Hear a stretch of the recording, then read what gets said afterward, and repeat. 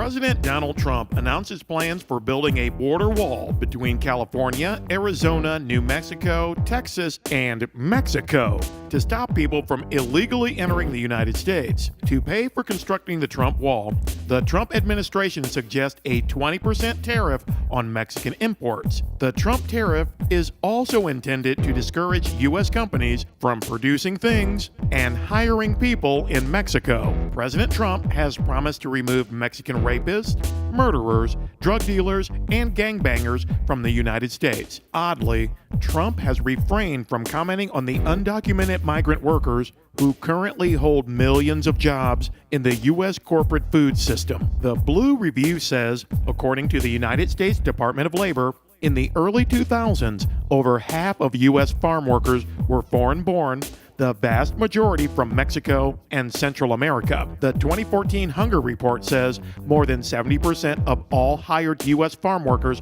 are foreign-born, mostly from Mexico, and about half are undocumented. The Food Chain Workers Alliance says the 21.5 million workers in the food system make up the largest employment sector in the United States, with over 1 out of every 7 workers in the U.S. working along the food chain. The 5 sectors of the food chain include production, processing, distribution, retail, and service. Frontline workers in the food chain are racially and ethnically diverse, but most CEOs are white males.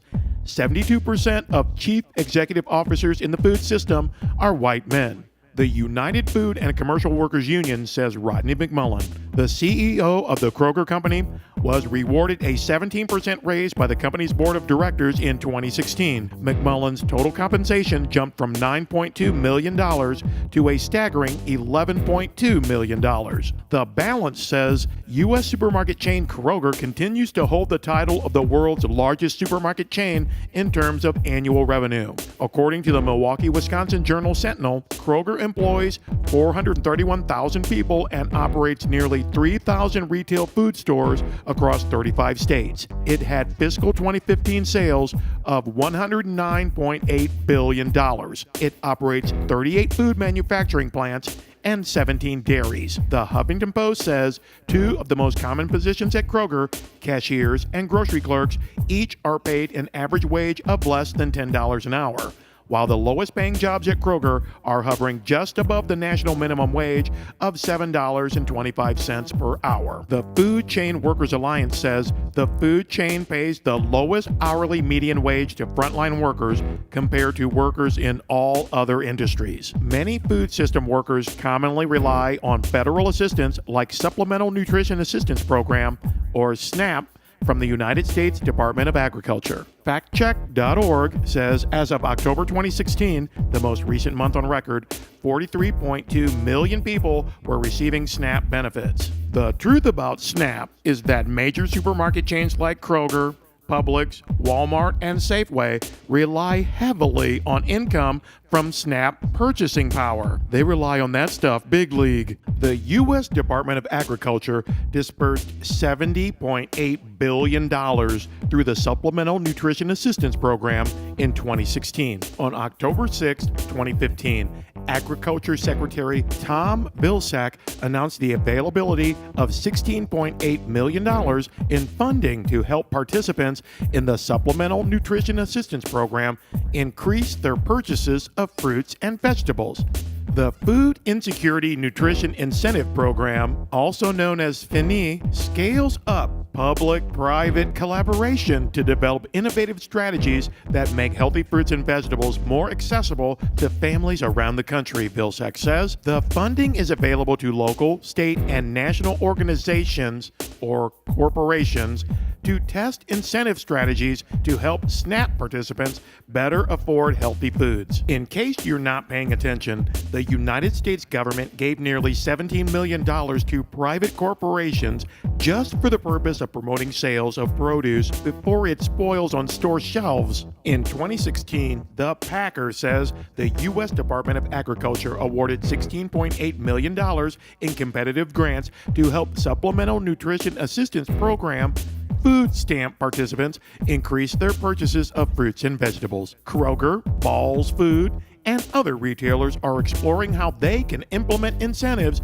designed to increase consumption of fruits and vegetables among recipients of SNAP benefits. Kroger's incentive program is a partnership with United Healthcare and a FINI grant from the AARP Foundation. We would also like to try it without using grant funds, said Jeff Stilgenbauer, the corporate government benefits and payments manager for the Cincinnati-based Kroger company. Are you getting this, people? Kroger's corporate government benefits manager Jeff Stilgenbauer says they would like to promote Kroger's produce sales without using government grant funds. Apparently, Kroger doesn't have enough money for promoting its own fruit and vegetable sales, even though Kroger raked in $109.8 billion in its fiscal 2015. Stilgenbauer says, "We know that government grants don't last forever, and the amounts can swing up and down." The Food Chain Workers Alliance says the government intervenes in food production more directly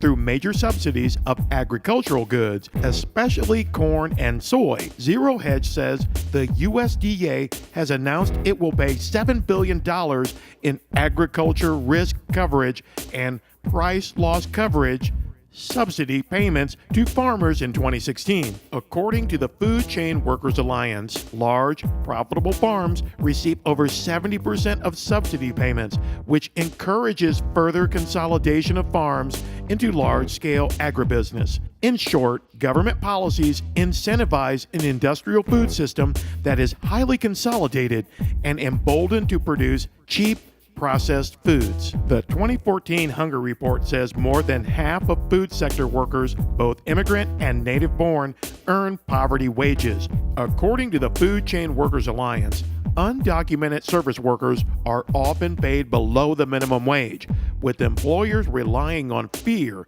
to deny them legal protection. According to the Journal of Dairy Science, United States agriculture is dependent on foreign labor. The Blue Review says immigrant populations are the primary source of agricultural labor. President Donald Trump has not discussed plans for deporting illegal immigrants who work in the U.S. corporate farming and food system. Businessman Donald Trump probably feels for guys like Kroger CEO Rodney McMullen, the corporate leader whose massive grocery conglomerate craves cheap food supplies, low-wage workers, and the constant flow of federal funds into corporate cash registers. Otherwise, Trump could deport illegal immigrants in the U.S. food chain and eliminate corporate welfare in a snap.